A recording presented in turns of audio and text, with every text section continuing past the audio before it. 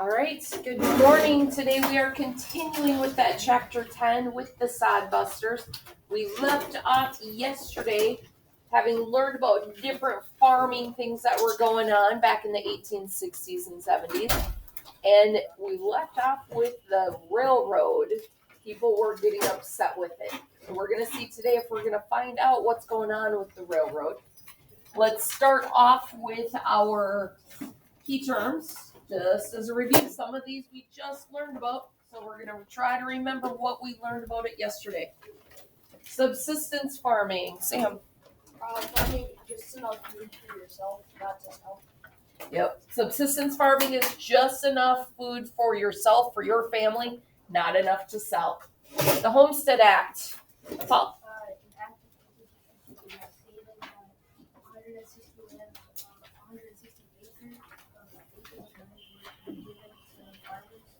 Yeah, so it's that law of 1862 trying to get farmers into Minnesota. They were not giving away, but selling at a very minimal price, very cheap, selling up to 160 acres of land, but you had to be farming it within 5 years, all of the land. So some people didn't want the full 160 acres because they weren't able to get the land ready and to farm that much. Land speculator. Ryan.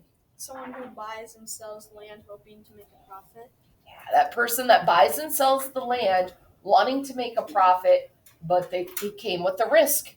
We learned about Louis Fertile, who made over $1,000 profit just by buying the land and then selling it at a whole lot more. And all these other land speculators are like, ooh, that's an easy way to make money. I want to do that. But they weren't as lucky as he was. Some of them bought land that nobody wanted. So they had to sell it cheaper than what they bought it for. And people lost out on their life savings. You have to be careful with those risky things when you try to flip it. We've talked about the house flipping, buying a house cheap, renovating it, remodeling it, getting it all fixed up and selling it at a higher price. You run that risk that you might not be able to sell it at a profit. So it comes with a risk. The markets. Who can tell me about the markets? Colin? It's a place of economic activity. It's where the farmers buy and sell goods. Yeah, it's that place of economic activity where the farmers buy and sell, and it sets the price. Okay, if there's a lot of a product and not a lot of demand, then the price is going to be low. If there's not a lot of a product, so there's not much supply and the demand is high, the price will be high. Tell me about diversified farming, Julian. The practice of producing a variety of crops and livestock. Yeah, the practice of producing a variety of crops and livestock. Why is this important? What problems did they have that they were all selling wheat? Paul? There was not going to be, kept selling wheat. There was no point of buying it if everybody was going to farm it. That way, The supply was too high. So if everybody's selling the wheat, there's too much in the supply, so the demand goes down. What was the other problem that we read about, Kirsten? there was less and less nutrients for the plant each year. When you're farming the same crop year after year, it takes the same nutrients out of the ground. So we want to do that crop rotation where you farm a different crop that can replenish some of those nutrients and it uses different ones. So then the next time you're going to plant that wheat, there'll be the nutrients back for it to grow big and strong. So crop rotation is very important. Tell me about the Grange. Who remembers who set up the Grange? Or who was a member of the Grange? Who from right in our neck of the woods, Garrison? Oliver H. Kelly. Oliver H. Kelly. And his farm is just up the road on Highway 10.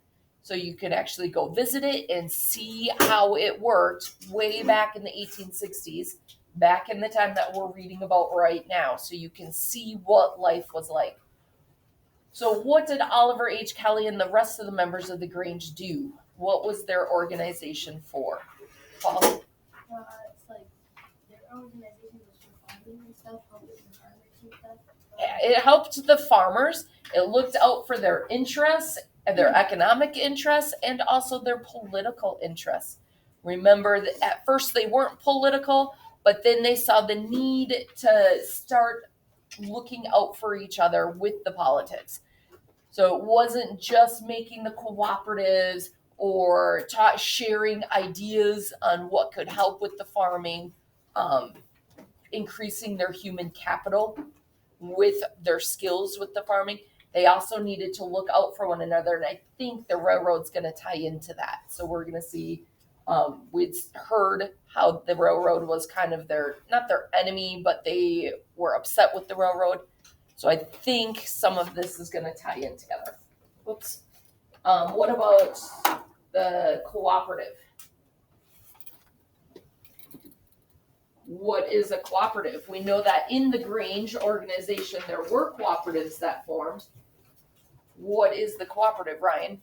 An organization formed to help its members buy or sell products as a large group on order to get better prices. Yeah, so it was the farmers coming together and working cooperatively together to buy and sell things at a better price. So think about buying in bulk at Costco. You might not need that big, huge case of toilet paper. Maybe you want to go in with, if you're living by yourself in an apartment, you don't need a big, huge thing of toilet paper and you don't have a place to store it. So maybe you go in with somebody else and you split it up. So that's kind of what the farmers were doing. What does it mean to regulate? If we're going to regulate something, what does that mean?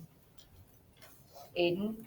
To control or adjust something in order to change how it works. To control or adjust something to change how it works. So we're going to also be finding out what regulations happened with the farming. Yes, Paul? I think the railroads, they're kind of mad about the railroads because the railroads are taking up land. So the railroads were taking up land, but I'm going to challenge that and say I remember reading about how the railroads were also selling their land. So we'll have to see. Maybe that plays a part in it, that the railroad's taking up too much of the land. Maybe it's cutting through their farm and they're not caring for that. I don't know. We're going to see. So let's look at page 203. Thinking Big in Lincoln County. It was September 16th, 1879, and the people who had assembled at the village of Lake Benton in southern Lincoln County were talking excitedly among themselves. Many of them craned their necks to see what was happening less than a quarter mile to the east. The railroad was coming. So remember, they were super excited about the railroad in the beginning. The railroad was coming. About 200 men, track layers, bridge builders, surfacers, tie men, and pile driver operators were working quickly.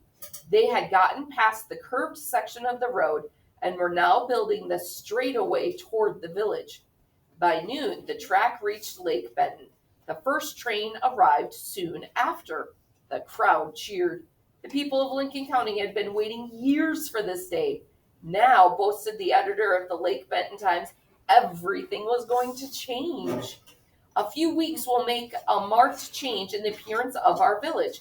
Businessmen will have all been awaiting the completion of the road so they might obtain lumber at cheaper prices and get their goods transported at a less cost. As material can soon be obtained, building will doubtless commence at once, and Lake Benton will contain at least 75 buildings before the snow flies. So they're super excited on being able to get the product at a cheaper price and more quickly.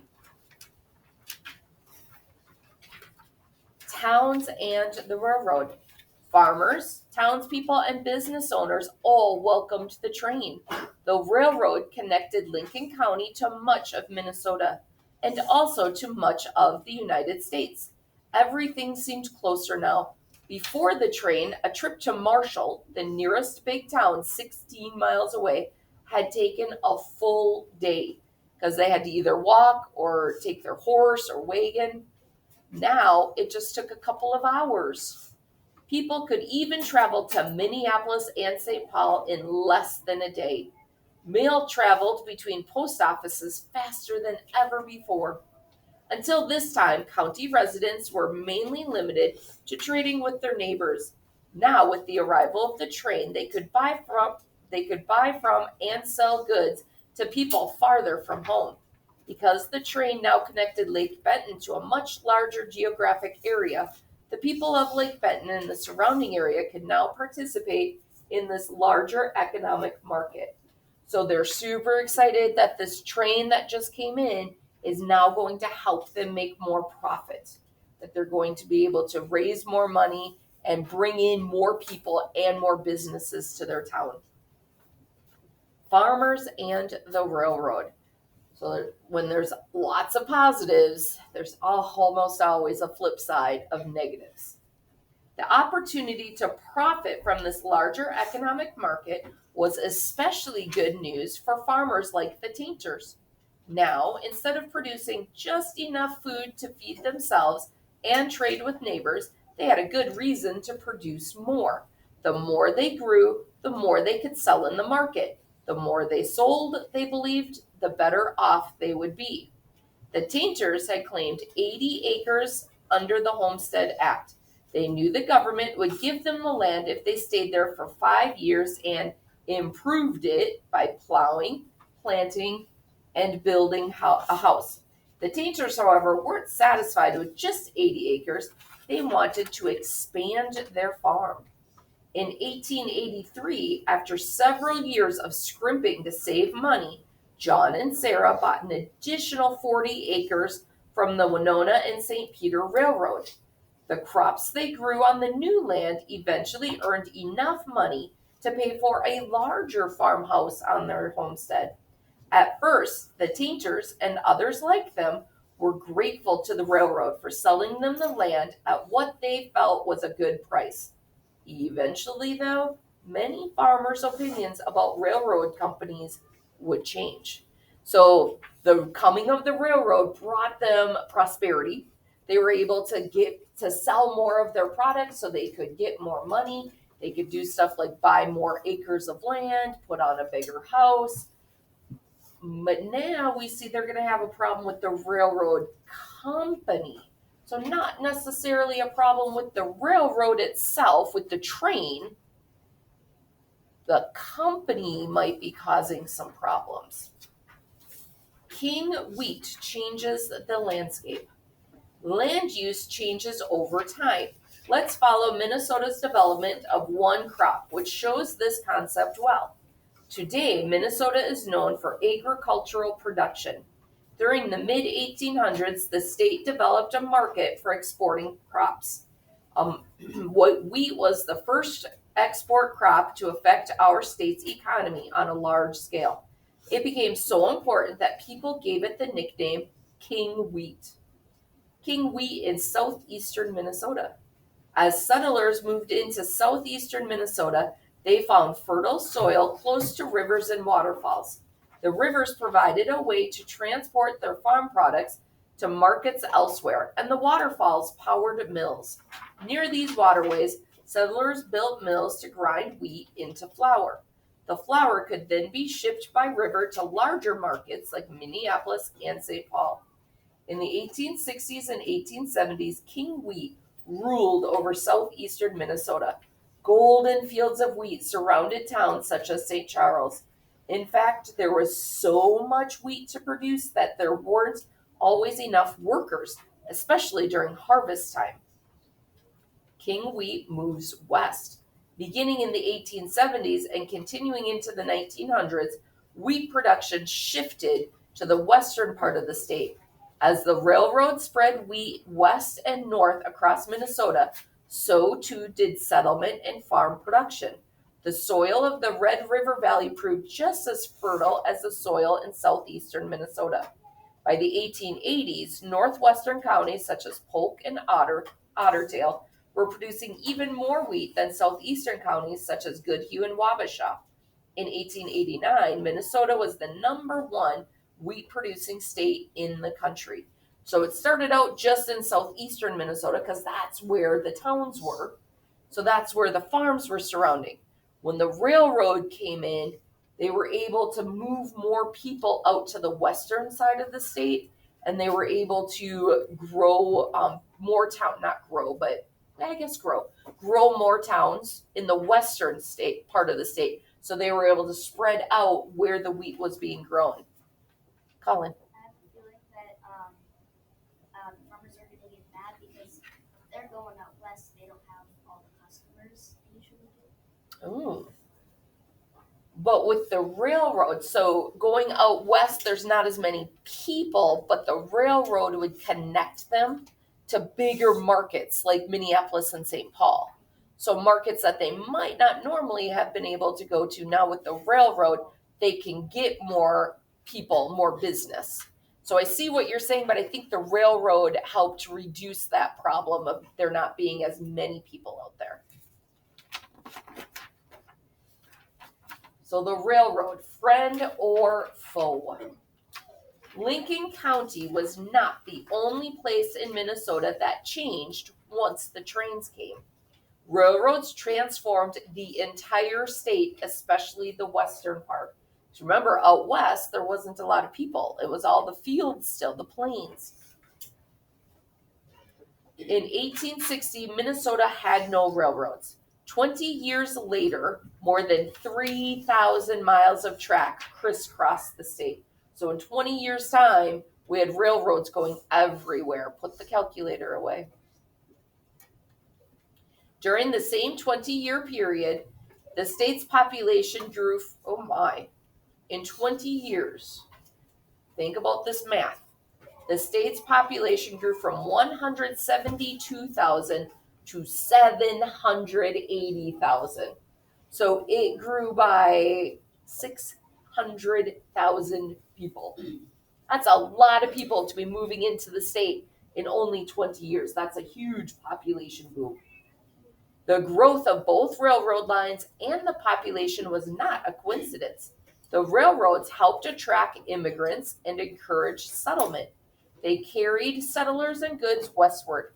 The railroad companies also sent recruiting agents to Europe to sing Minnesota's praises and encourage people to immigrate there.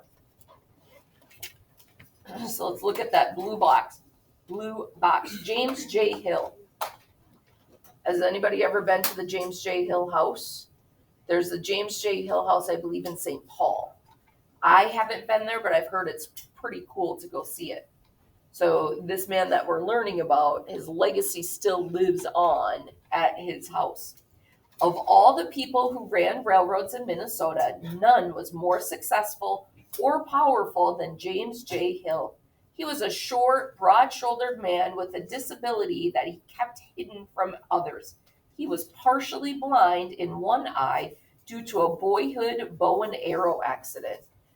But you don't know when somebody's partially blind unless they tell you. More than anything else, though, Hill was a businessman with an immense drive to get things done. He was a fierce and, some said, unfair competitor. People called him the Empire Builder. The nickname fit. So if you're an empire builder, he's building his empire. So that means he's owning companies and he's making a huge profit. Hill entered the railroad business in 1878 when he and business partners completed a rail line between the Twin Cities and Winnipeg in Manitoba, so up in Canada. So going from the Twin Cities all the way up to Canada. During the 1880s, he improved the existing railroad, built more tracks, and named his new company the Great Northern Railway. Hill continued to expand his holdings and eventually became one of the country's most powerful business leaders. He owned coal mines, iron mines, water power facilities, and Great Lakes steamships. He collected fine art. So he didn't put all of his money in the railway. He expanded it and was diversified and had businesses in lots of different areas to grow and make bigger. Additionally, he spent much time, effort, and money to expand agriculture in Minnesota and other regions served by his rail lines. Hill knew that most farmers depended on railroads to send their produce to market. So the more they produced, the more money he made. But keep in mind, he is a businessman and sometimes he's unfair. So think back. I'm making some connections to our previous chapter about the traders who were businessmen first, and they really didn't care if they were kin to the Dakota. They put making their money above making sure that their families were fed. So when you're an unfair business competitor, your bottom line is how much money you make in the day. And you don't really care what hurts other people. You care about yourself. So I'm guessing, based on how things went with the businessmen and the Dakota, and that the farmers have an issue coming up with the railroad, I'm thinking the railroad companies are going to be unfair to the farmers. The farmers are depending on that railroad to be moving their produce to the big areas. Colin? James J. Knowles is the bad guy in Newsies. I haven't. It was Newsies. That wasn't here in Minnesota, was it? I don't think so. Okay, but you're just comparing him Yeah. to the bad guy in Newsies. There's probably a really good connection to that. I think the Newsies was a little bit later in time, but very similar thoughts. When businessmen have their monopolies, when they have their empires that they've built, they do what they can to protect it, and they treat the lower people with no respect. Not always, but a lot of times when you hear something like they're unfair competitors and they're building an empire, a lot of times they're not looking out for other people.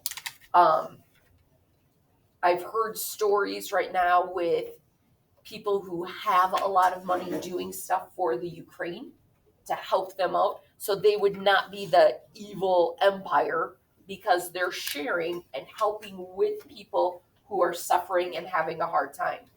So there are people who do amass a lot of money, who are savvy businessmen, who make money, but they're willing to share it with others. So not everyone who's making money is awful, but there are people who just look out for themselves. Looking back at the fur traders, they wouldn't give their families, their kin with the Dakota, they wouldn't give them food so they would survive because they weren't going to be paid for it. So there are people who do just look out for the money first. So let's look at our two pictures. We have railroads in Minnesota in 1870, and then look at how many more railroads there are come 1880. So in the years following the Civil War, railroad companies built thousands of miles of track in Minnesota. In which part of the state did the tracks first get built? So what part of Minnesota do you see most of the tracks? Around east. Yeah. So it's in the south and to the east. So the southeastern part, that's where Lincoln County is. That's where we have been learning about. That's where the tracks first came in because that's where the people were. So that's where the first settlers were settling in that area. That's where the railroad tracks come. Railroad expansion between 1870 and 1880 in Minnesota was dramatic. So you can see all of these rail lines that are going out to the west. And that's why there's going to be a lot more farms popping up because now they have the railroad to connect them with the rest of the world. The railroads attract settlers. Without the railroads, it might have been hard to convince people to settle in places like Lincoln County. The land of western Minnesota was good for farming, but it wasn't very easy to reach. Only a few of the rivers could handle boat traffic, and roads were even fewer. Western Minnesota needed railroads to attract settlers, and building railroads was very expensive. The question was how to attract the railroads. So in order to move out to the west, they needed railroads because they didn't have good roads. They didn't have the rivers. So they need to bring the railroads out there. How are they going to do it? The federal government's answer was to give the railroad companies millions of acres of land in western and southern Minnesota.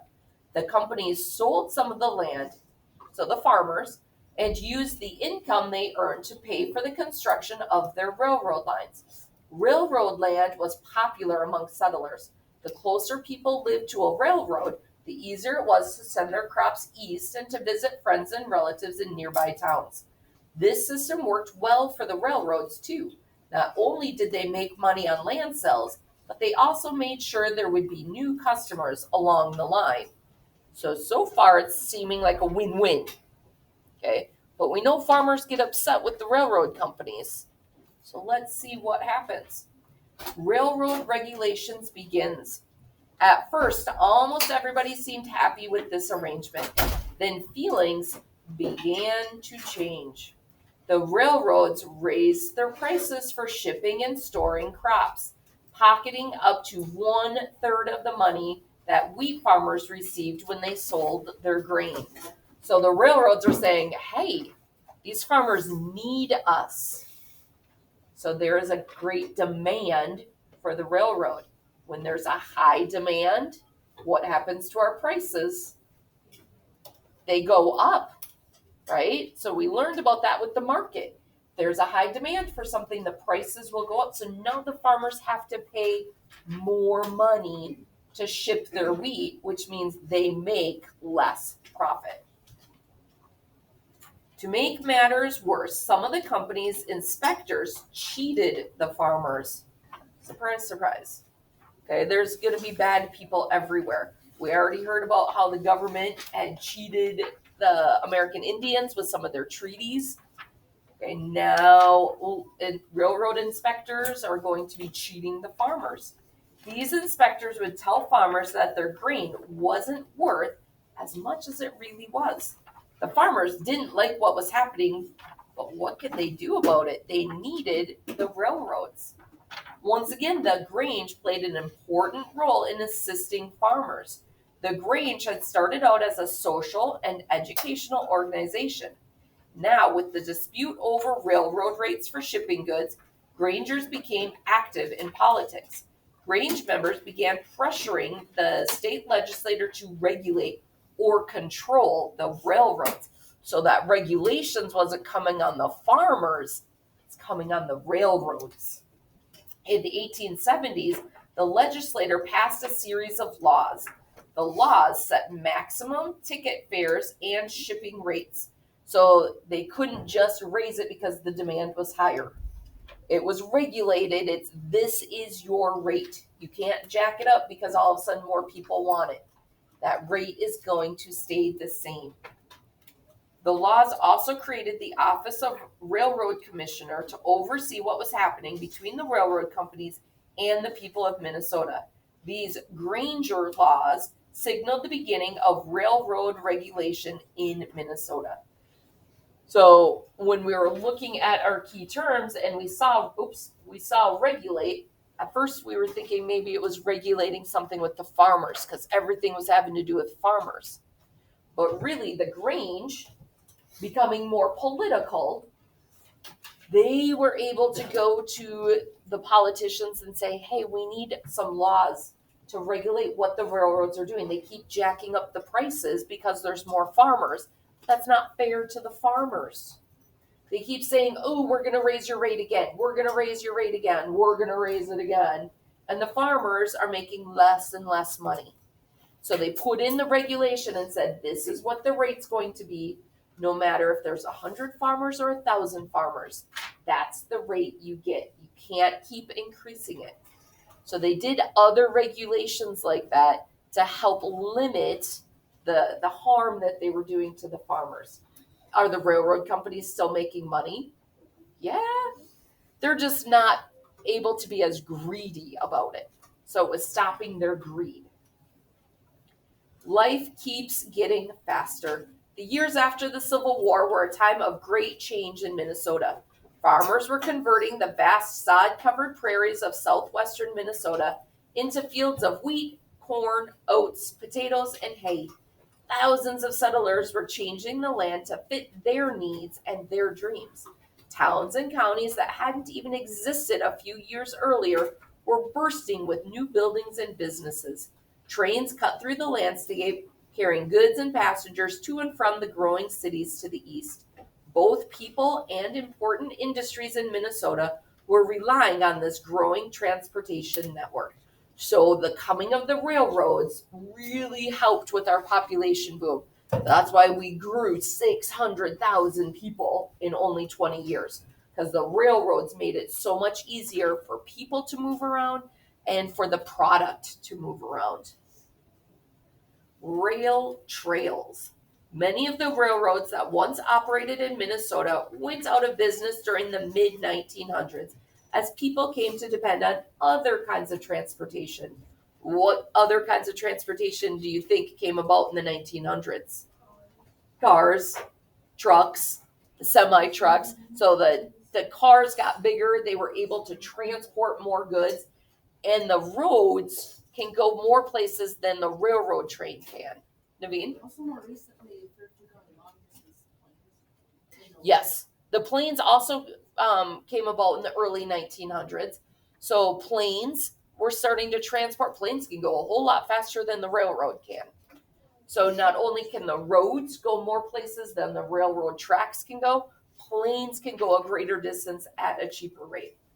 So when a railroad is abandoned and its iron rails are removed, all that's left is a rail bed, a long, narrow, and flat strip of land. So look at that picture. That used to be a railroad track. Many of Minnesota's abandoned rail beds are hard to find today because trees, grasses, and other plants have grown over them.